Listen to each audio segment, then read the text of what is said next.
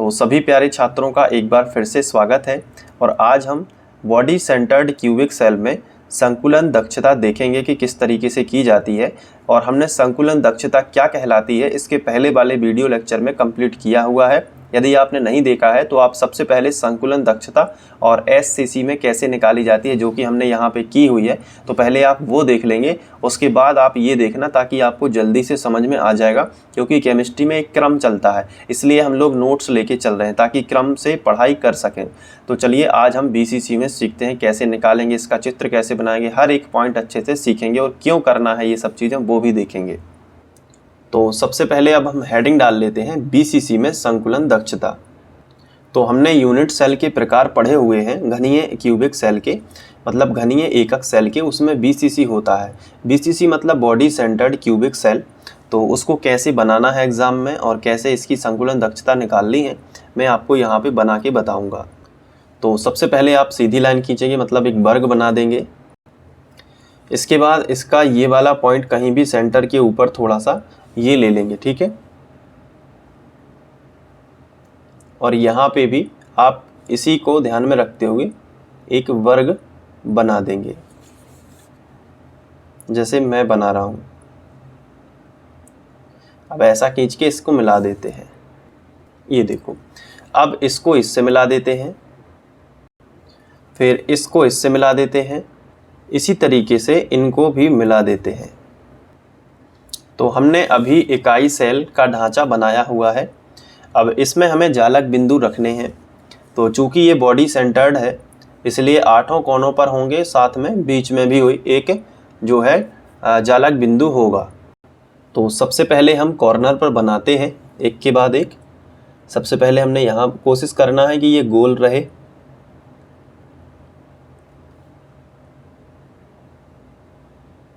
ये देखो आप, तो ये आपको इसी तरीके से बनाना है।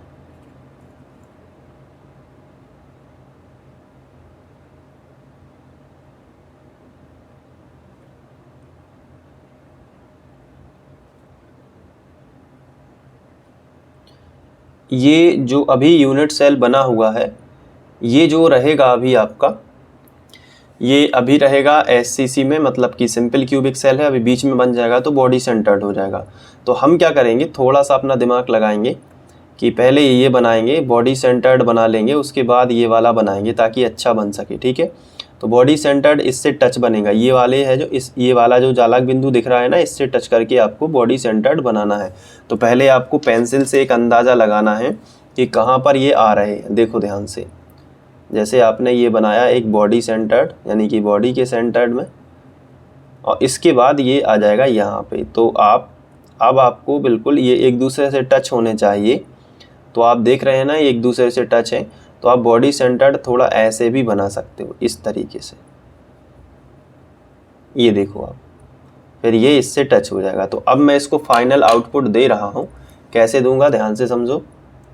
इसको टच करते हुए आप ऐसे बना दोगे,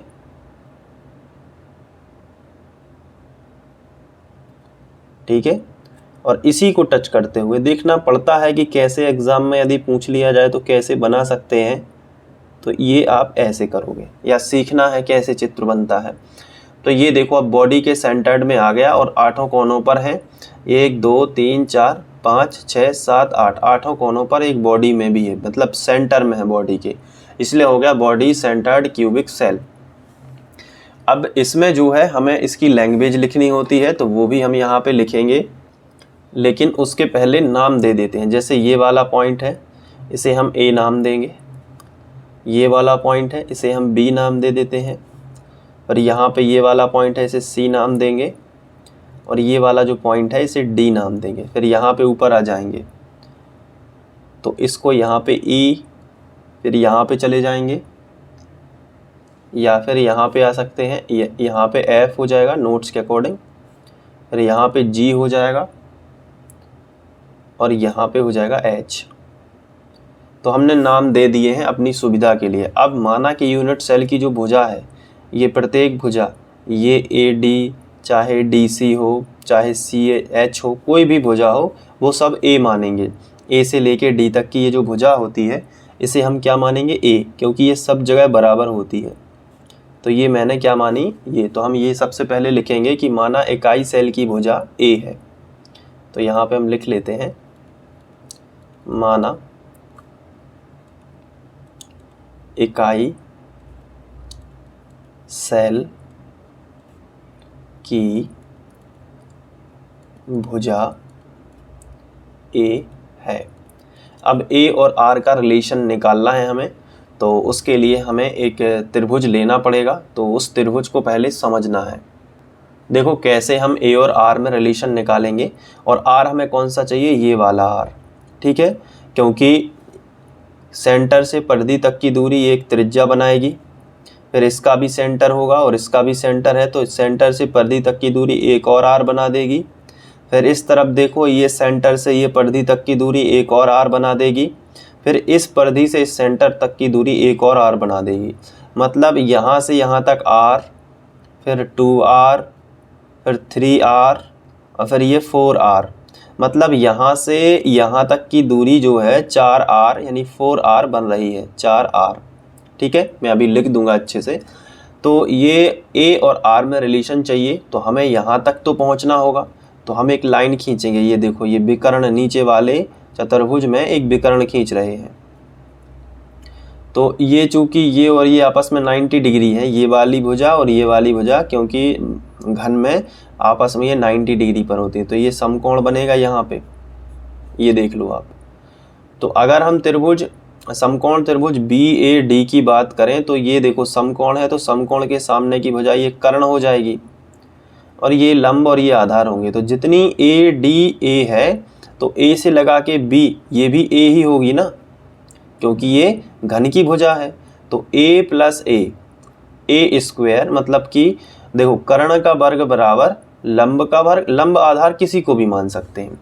तो अब आपको क्या करना है नेक्स्ट स्टेप में कि B और D को मिला के अब समकोण त्रिभुज BAD सोचना है। ये देखो ये समकोण त्रिभुज क्या है, BAD, कहाँ पे दिख रहा है, ये दिख रहा है, ये देखो ये क्या है, BAD समकोण त्रिभुज दिखा आपको।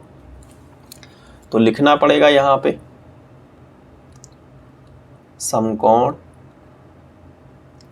त्रिभुज BAD में। अब समकोण त्रिभुज BAD में क्या महत्वपूर्ण है कि कर्ण का वर्ग, समकोण के सामने भुजा कर्ण होगी BD, तो BD का वर्ग बराबर लंब आधार किसी भी मान लो, तो इसे लंब मान लेते हैं कि BA का वर्ग प्लस AD का वर्ग। ये देखो आप, अब BD जो है इसका मान निकालना है, तो BD का वर्ग बराबर BA का मान क्या है, A, तो A का वर्ग प्लस AD का मान क्या है, A, तो A का वर्ग। तो BD वर्ग का मान कितना हो गया, हमें BD वर्ग का मान चाहिए। BD वर्ग का मान हमारे पास हो गया A² + A² यानी 2A²। इसको हमने समीकरण 1 बना लिया। अब इसका मान हमें मिला है BD² का, मतलब BD की जगह पर हम क्या लिख सकते हैं, 2A²। अब क्यों ऐसा सोच रहे हैं, देखो एक और समकोण त्रिभुज बनेगा, इसका, इसका और इसका। ये देखो ये 90 है ना यहाँ पे, तो ये कर्ण हो गया 4R। तो फिर से हम त्रिभुज लेंगे पुनः समकोण त्रिभुज, ये समकोण यहाँ पे बना है, तो EDB में, तो पुनः समकोण त्रिभुज EDB में ये वाला त्रिभुज। अब आप सोच रहे होंगे डायरेक्ट ये वाला क्यों नहीं लगा लिया, ये क्यों ले लिया। अगर R और A में रिलेशन चाहिए तो आपको क्या करना पड़ेगा, ये वाला विकर्ण का मान चाहिए पहले, जो कि आया 2A²। अब 2A² इनका रिलेशन बन जाएगा। तो समकोण त्रिभुज EDB में BD का मान नहीं निकाला है जानबूझ के, क्योंकि हमें पाइथागोरस लगाएंगे तो कर्ण का वर्ग तो वैसे ही होगा। अब देखो कैसे, EBD में ये देखो समकोण त्रिभुज में, ये देखो BE का वर्ग यानी कर्ण का वर्ग, समकोण के सामने की भुजा ये कर्ण BE होगी, तो BE का वर्ग बराबर लंब आधार इन्हें मान सकते हैं, तो BD का वर्ग प्लस ये मान लो ई डी का वर्ग। अब बी ई क्या है, बी से लेके ई तक ये 4r बन रहे हैं जो कि मैं समझा चुका हूँ। बी से लेके ई तक कितने 4r, तो इसको लिख सकते हैं बी ई को लिख सकते हैं 4r का वर्ग, क्योंकि बी ई का मान है 4r, वर्ग तो लगेगा, बराबर बी डी स्क्वायर का मान पूरा का पूरा है 2a स्क्वायर, तो यहाँ पे लिखेंगे 2a square. B D square का ही मान है 2a स्क्वायर, इसलिए हमने स्क्वायर का अंडर रूट नहीं लगाया, क्योंकि फिर हमें बी डी स्क्वायर का मान चाहिए होगा तो वो डायरेक्ट हम लिख सकते हैं। और प्लस ई डी स्क्वायर कितना है, ई से लेके डी तक का मान कितना हो गया, घन का एक किनारा है ई डी जो कि ए होगा, तो यहाँ पे हम ए लिखेंगे, लेकिन ई डी पर वर्ग है तो ए पर भी क्या लगा देंगे, वर्ग लगा देंगे। अब यहाँ पे हम एक चीज़ लिखेंगे समीकरण 1 से, क्यों हमने मान रखा है बी डी का 2a स्क्वायर रखा है कि नहीं, वो भी समीकरण 1 से, ये हमने यहाँ पे लिख लिया। अब 4 का वर्ग होगा 16, यानी 4 का वर्ग 4 चौके 16 r स्क्वायर, 2a स्क्वायर और a के स्क्वायर हो गया 3a स्क्वायर, होगा कि नहीं होगा। तो देखो a और r में रिलेशन हमें मिल चुका है, तो हम a का मान यहाँ से आसानी से निकाल सकते हैं या फिर r का मान भी आसानी से निकाल सकते हैं। तो हमें आयतन निकालना है, तो आयतन होता है a घन, तो a का मान निकालेंगे। तो देखो अभी ये गुणा वाली संख्या जो 3 है ये बटे में आ जाएगी, तो 16 r वर्ग बटे में आ जाएगा 3, बराबर में क्या मिलेगा a स्क्वायर। लेकिन वर्ग को भी हटाना है, तो वर्ग हटेगा तो वर्गमूल आ जाएगा, तो यहाँ पे हम लिख सकते हैं कि अंडर रूट 16r वर्ग और बटे में कितना आएगा 3, किसके बराबर होगा a के बराबर। ठीक है, अब इनके वर्गमूल यदि निकल रहे हैं तो बाहर निकाल दो, 16 का तो 4 हो जाएगा और r वर्ग का हो जाएगा r, क्योंकि वर्ग से वर्गमूल कट जाएगा, नीचे नहीं निकलता है तो अंडर रूट 3 ही रहेगा, बराबर क्या आएगा a। तो a का मान हमें मिल गया, तो ये हमने लिखा कि यहाँ पे अब a का मान हमें मिल गया, a का मान हम रखेंगे और यहीं से r का मान भी निकाल लेंगे, तो तथा यहीं से r का मान निकलेगा तो r बराबर कितना हो सकता है, क्योंकि हमें r के मान की ज़रूरत पड़ेगी, तो अंडर रूट 3 इंटू a और बटे कितना 4r, तो 4 तो आ जाएगा, r तो वही रहेगा, तो 4 बस रहेगा, क्योंकि r तो हमें चाहिए, r का मान ये आ जाएगा। ठीक है, तो ये दोनों मान हमें ध्यान रखने होंगे आगे। अब देखो अभी कण का आयतन, देखो हमें निकालना है संकुलन दक्षता, और संकुलन दक्षता के लिए फॉर्मूला क्या होता है, तो फॉर्मूला ये होता है संकुलन दक्षता बराबर अवयवी कण द्वारा घिरा स्थान बटे इकाई सेल का आयतन गुणित 100। तो अवयवी कण द्वारा घिरा स्थान के पहले हम निकाल लेंगे इकाई सेल का आयतन, जो हमने इकाई सेल बनाया है इसका आयतन क्या होगा, तो हम यहाँ पे लिखेंगे इकाई सेल का आयतन, जैसे हमने SCC में किया था। तो इकाई सेल का जो आयतन है वो क्या होगा a घन, क्योंकि इकाई सेल घन के आकार का है और घन का आयतन भुजा का घन मतलब a का घन। अब a का मान है 4r बटे अंडर रूट 3, तो यहाँ पे लिखेंगे 4r बटे अंडर रूट 3 और घन लगा है तो घन लगा देंगे। ठीक है, समझ में आ रहा है ना। अब देखो 4 का घन, 4 चौके 16 चौके 64, 4 को 3 बार गुणा करोगे तो कितना आएगा 64 और r घन, और अंडर रूट 3 को 3 बार गुणा करोगे तो इसको रफ में समझो थोड़ा सा कि अंडर रूट 3 गुणित अंडर रूट 3 गुणित अंडर रूट 3, 3 बार करो तो अंडर रूट 3 गुणित अंडर रूट 3, तो इनमें से तो 3 बाहर निकल के आ जाएगा और गुणित अंडर रूट 3 ही रहेगा, तो 3 अंडर रूट 3 आ जाएगा। ये जो है आयतन आपको मिलेगा। अब आयतन तो हमें मिल गया संकुलन दक्षता निकालने के लिए। अब अवयवी कण द्वारा घिरा स्थान और निकालना है, तो यहाँ पे हम लिखेंगे कि BCC में योगदान कितना होता, पहले तो ये देख लो, तो बॉडी सेंटर्ड क्यूबिक सेल में अवयवी कणों का योगदान,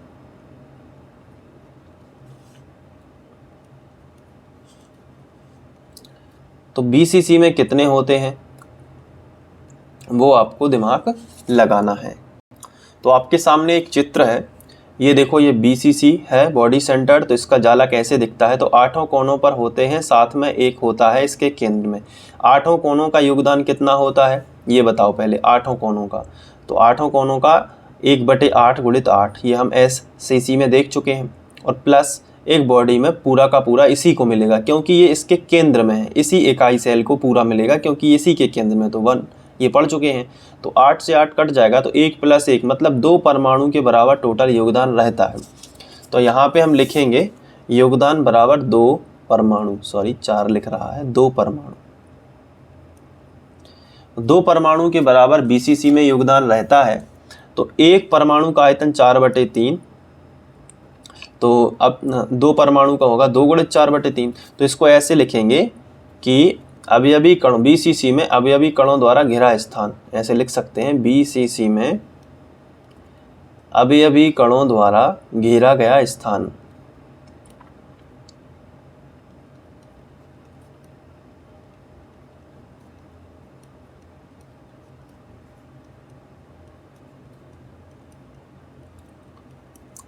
दो गुणित एक परमाणु का आयतन होता है 4/3 πr3, ये हमने लिख दिया। तो 4 दूनी कितना हो गया 8, तो 8/3, 8/3, 4 दूनी 8/3 और πr3, ये देख लो आप। अब सूत्र लगा देंगे, तो सूत्र लगाएंगे संकुलन दक्षता बराबर